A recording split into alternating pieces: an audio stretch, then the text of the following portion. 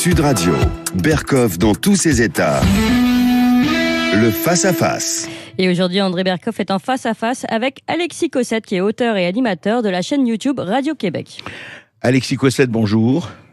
Bonjour, monsieur Berkoff. Bonjour. D'abord, merci, parce que je sais que vous êtes au Québec et il est 6h30 du matin. Merci, oui, c'est ça, merci. Voilà, merci de vous être réveillé si tôt. C'était pas évident, mais voilà. Écoutez, on est heureux de vous avoir. On est heureux de vous avoir d'autant plus que vous êtes très controversé. Et nous, écoutez, on aime bien les personnages controversés. On trouve que la parole doit être donnée. Et puis, moi, je vous ai vu sur votre réseau de Radio-Québec, sur votre compte YouTube de Radio-Québec, qui d'ailleurs a été fermé. Vous le dites vous-même. Je rappelle simplement, vous dites ma chaîne Radio-Québec comptait à elle seule plus de 120 000 abonnés. Ajoutez à cela 125 000 abonnés sur mes deux comptes Facebook, parlons d'une censure touchant au moins 245 000 personnes, ce qui n'est pas mal.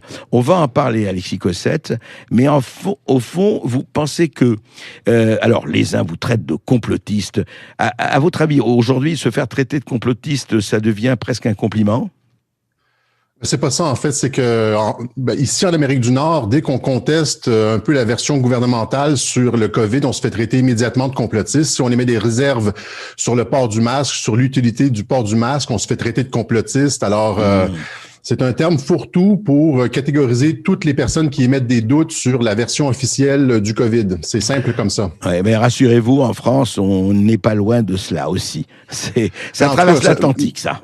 Nous, ce qu'on remarque en France, c'est qu'il y a énormément de liberté d'expression sur les plateaux. Moi, dans mes émissions de Radio-Québec, j'ai repris plusieurs des clips de Sud Radio. D'ailleurs, on en discute du COVID, on conteste les chiffres, les mesures gouvernementales. Au Québec, ce n'est pas possible. Il y a seulement la version gouvernementale qui est acceptée, et sinon, on tombe dans le complotisme. Mais pourquoi c'est pas possible? Qu'est-ce qui se passe? Pensez que le Québec est une démocratie. Ça vous fait rire. Je ne sais pas exactement. Je ne comprends pas ici l'attitude des médias qui ont empêché toute contestation, toute réflexion sur les mesures gouvernementales qui ont été par ailleurs désastreuses. 90% de nos décès ont eu lieu dans les résidences de personnes âgées. Il y a eu une gestion désastreuse de cette épidémie. Les mesures ont été totalement inefficaces et les prévisions ont été mauvaises aussi, et tous ceux qui ont sonné l'alarme, qui ont émis des doutes, se sont fait catégoriser complotistes. Alors, je ne sais pas pourquoi ici ça s'est passé comme ça. Et qu'en France, on a eu la possibilité d'avoir des débats sur les plateaux. Ah oui, on a des débats contradictoires, heureusement. Mais vous dites la censure qui est arrivée, vous pensez que c'est un peu à cause de ça? C'est à cause de vos traitements, de vos contestations sur le Covid, un peu? En fait, ce qu'on remarque, pour être honnête, c'est qu'il y a énormément de chaînes pro-Trump qui se sont fait censurer simultanément il y a quelques jours aux États-Unis. YouTube a fermé simultanément, une douzaine des plus grosses chaînes YouTube pro-Trump sur Internet. Ça fait partie d'un plan, selon moi, visant les communications de Donald Trump à 3 semaines de cette élection présidentielle historique. Oui. Et on invoque pratiquement n'importe quelle justification, n'importe quel motif pour fermer les chaînes. Oui, d'ailleurs, on l'a vu, vous avez vu, aujourd'hui, on en parlait encore, aujourd'hui, avec le New York Post qui avait parlé de l'affaire Biden-Bourouma, on va évidemment en parler, avec l'affaire Joe Biden et son fils Hunter Biden. Vous en avez vous-même énormément parlé, nous aussi d'ailleurs, et ce qui est extraordinaire, c'est que sur Twitter, on a censuré déjà des tweets de Trump, et le New York Post a été censuré et interdit sur Twitter et sur Facebook. La porte-parole de la Maison-Blanche a été censurée de Twitter. Pouvez-vous imaginer ce niveau d'ingérence d'une compagnie, d'un géant de la technologie dans une campagne électorale? Oui. Alors ça devrait être considéré comme une contribution au Parti démocrate. Là, et clairement, ils ont mis leur poids dans la balance et ils ont fait en sorte, censurer la parole des représentants du gouvernement américain en pleine campagne électorale. Je ne sais pas si vous imaginez où on est rendu présentement. Là, c'est le niveau d'ingérence de ces géants de la technologie est absolument sans précédent et c'est une menace, selon moi, à la démocratie. Alexis Cossette, à votre connaissance, c'est la première fois que ça arrive, ça comme ça, en pleine campagne électorale, je vais dire... À un niveau comme celui-là, oui. Parce qu'on sait que durant la campagne de 2016, c'est les médias sociaux qui ont fait élire Donald Trump. Ce ne sont pas les médias traditionnels. Les médias étaient contre Trump. Et Trump, avec l'aide de son ami, le général Mike Flynn, ont développé une stratégie de conflit informationnel asymétrique sur les réseaux sociaux. La désintermédiation. Pour contourner le blocus médiatique. Et donc, c'est Internet qui a fait élire Donald Trump. Et là, évidemment, le Parti républicain s'est dit cette fois-ci, et ses alliés là, dans les géants de la technologie se sont dit cette fois-ci que ça n'allait pas se produire. Pardon. Et donc, ils allaient mettre tout leur poids dans la balance au niveau des réseaux sociaux avec, des mesures de censure et d'influence comme celle-là. En 2016, il y avait eu toute la question des algorithmes de recherche. Bon, les médias sociaux avaient été utilisés afin de produire des algorithmes, savoir à qui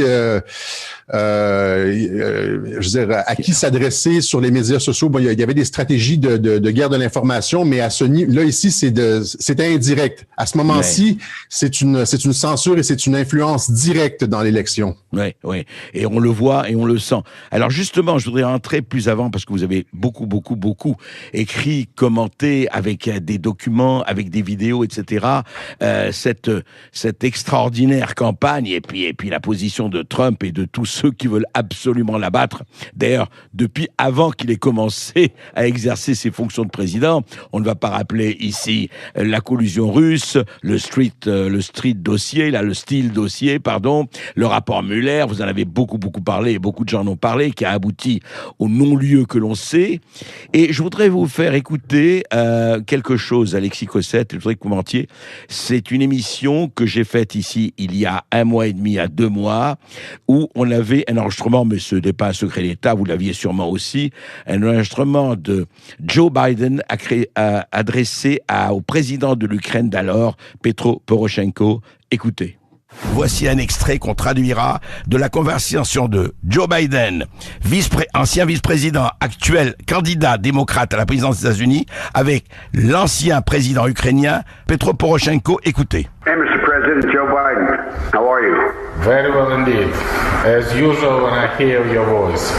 Thank you. Well, you are doing very well. Congratulations on getting the new prosecutor general. I know there's a lot more that has to be done, but I really think that's good, and I understand you're working with Rod in the coming days on a number of additional laws to secure the IMF. But congratulations on installing the new prosecutor general. It's going to be critical for him to work quickly to repair the damage Shokin did. And I'm a man of my word. And that now that the new prosecutor general is in place, we're ready to move forward in signing that new $1 billion loan guarantee. Voilà. Et ça, c'est pas fabuleux. Ça vaut pas tous les témoignages. Voilà ce qu'il lui dit.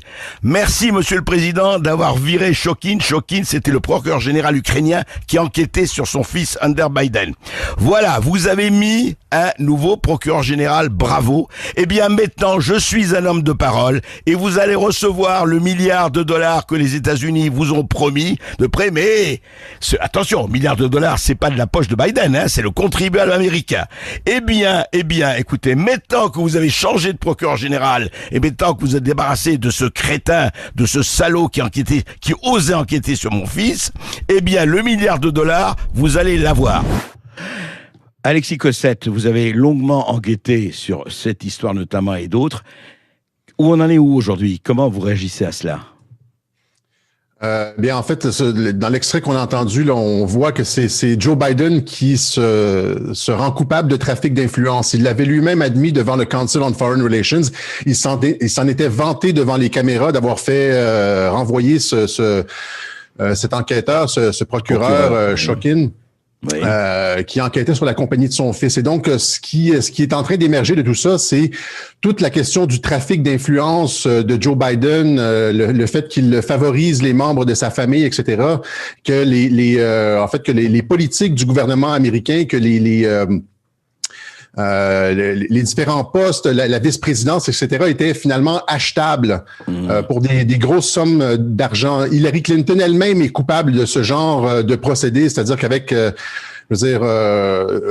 ce qu'on a découvert sur son serveur qu'elle avait chez elle, le serveur non sécurisé, elle vendait potentiellement des secrets d'État. Et donc, les États-Unis étaient à vendre sous les démocrates. Et, on est sûr de les démocrates Alexis ont accusé, Cossette, en fait. Oui, Alexis Cossette, excuse-moi, on est sûr de ça parce que ça paraît tellement énorme quand même. Eh bien, c'est sorti à Heure de grande écoute. Là. Il y a la journaliste Maria Bartiromo qui a posé la question directement comme ça à Donald Trump. Elle a dit est-ce que c'est bien vrai ce qu'on entend à l'effet que Hillary Clinton vendait des secrets d'État sur le serveur non sécurisé. En fait, il y avait sur ce serveur des documents, des listes d'agents, des codes secrets, des plans de missiles, etc. Et c'était un serveur qui était non sécurisé et auquel plusieurs gouvernements étrangers ont finalement eu accès. Et les gouvernements étrangers qui ont eu accès à ce serveur-là, ça c'est avéré, sont également des gouvernements qui ont fait de larges contributions à la Fondation Clinton. Juste avant l'élection. Vous comprenez un peu comment ça fonctionne. Alors, et là, finalement, on accuse Trump de collusion avec la Russie, alors que ce sont finalement les démocrates qui se sont rendus coupables de toutes sortes de procédés vicieux. Alexis Cossette, restez avec nous après une petite pause. On se retrouve après ceci. À tout de suite. Ici Sud Radio. Les Français parlent au français.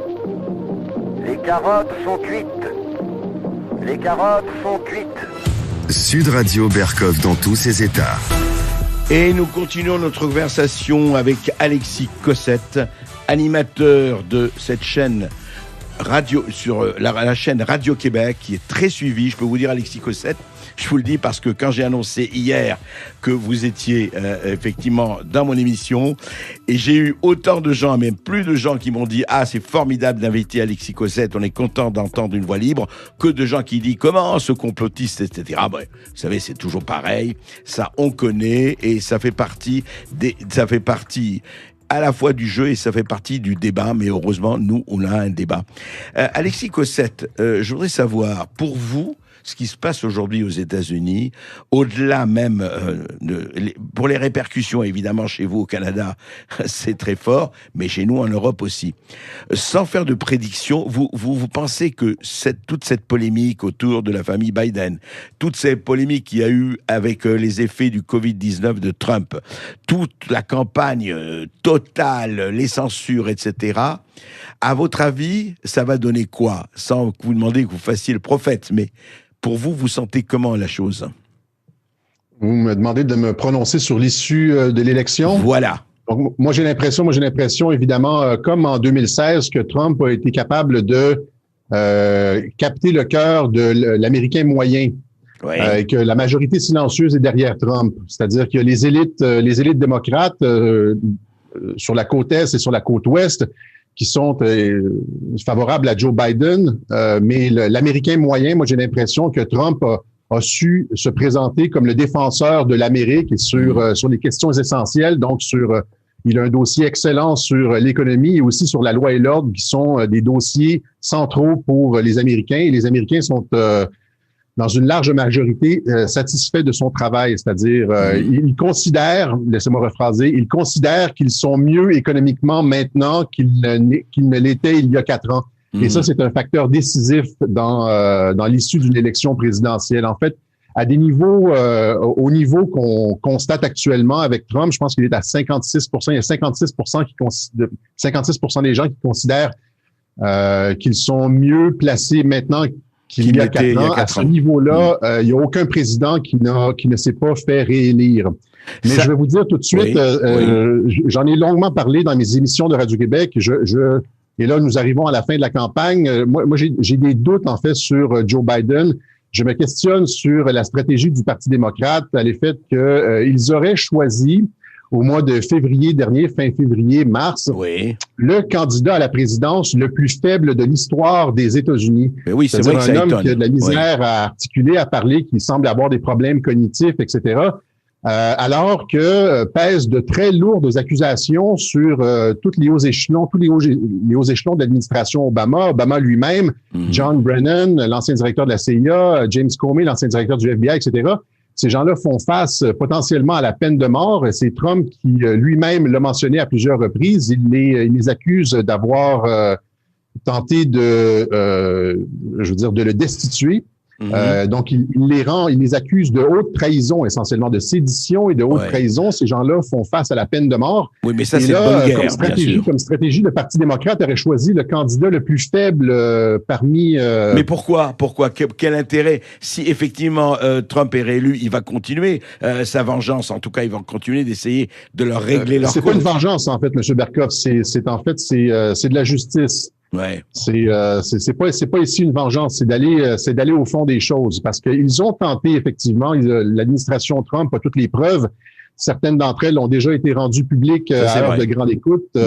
Les preuves de cette conspiration, et là c'est une conspiration avérée de l'administration Obama visant à torpiller d'une part sa campagne présidentielle en 2016, c'est-à-dire qu'ils l'ont placé illégalement sous écoute électronique, et par la suite tenter de le destituer en tant que président avec cette histoire de collusion avec la Russie qui ne reposait sur rien. Et on a appris que Obama lui-même était au courant que tout ça ne reposait sur rien. Alors, donc, ils sont potentiellement coupables de haute trahison. Ils auraient choisi Joe Biden pour tenter de bloquer la réélection de Donald Trump qui produira nécessairement... Non, mais Alex Cossette, excusez-moi, il y a une contradiction. Pourquoi il choisit le plus faible et qui a peut-être les plus faibles chances de gagner? Si vraiment ils voulaient sauver leur peau en suivant ce que vous dites, on choisit... Il y avait quand même d'autres candidats démocrates qui étaient plus jeunes, plus fringants, moins effectivement atteints que Joe Biden. C'est quand même étonnant. Il y a une contradiction là-dedans. Oui, exactement. Et donc, on arrive en fin de campagne. Et moi, j'ai longtemps dit que Biden ne pouvait pas être le candidat et qu'ils allaient sortir de leur manche un candidat surprise en fin de campagne. C'est-à-dire que la October Surprise, qu'on appelle dans les principes électoraux américains le October Surprise du Parti démocrate serait un changement de candidat à la dernière minute. Ah ouais. Alors, on échangerait Biden avec un candidat...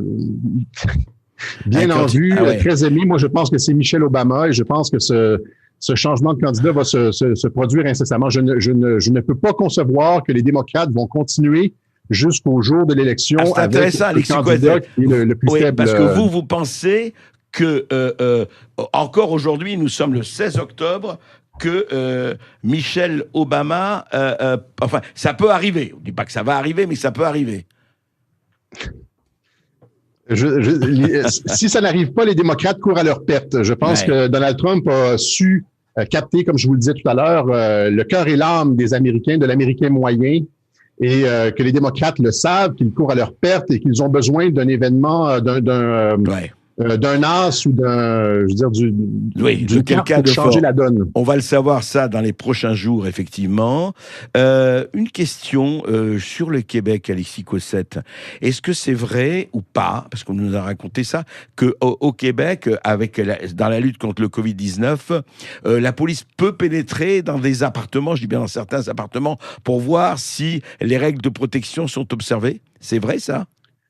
Oui, c'est ça. Donc, ils ont normalement, on n'a pas le droit de pénétrer dans les maisons, mais là, ils ont évoqué une disposition, c'est-à-dire qu'ils sont capables d'aller chercher des mandats de perquisition pratiquement instantanément, ce qu'on appelle des télémandats. Donc, ils se présentent à une résidence, ils ont un doute qu'il y a plus que 3-4 personnes à l'intérieur, que les gens ne respectent pas le confinement. Oui. Et là, on appelle un juge immédiatement. Et on obtient un télémandat pour pénétrer dans la maison. C'est-à-dire que on est rendu un peu comme l'Australie dans les mesures coercitives. C'est très, très, très préoccupant. C'est-à-dire le Québec se démarque présentement mondialement en termes de mesures coercitives et de suppression de la liberté d'expression. Et de ce point de vue-là, par exemple, votre chaîne aujourd'hui, elle sera rétablie. Là, vous vous battez, j'imagine, pour qu'on le rétablisse. Radio Québec, bien sûr. Et votre compte Twitter a été aussi supprimé, c'est ça? Non, le compte Twitter est toujours fonctionnel, mais je crois que ça ne saurait tarder. En fait, ils nous ont supprimés sur YouTube et sur Facebook.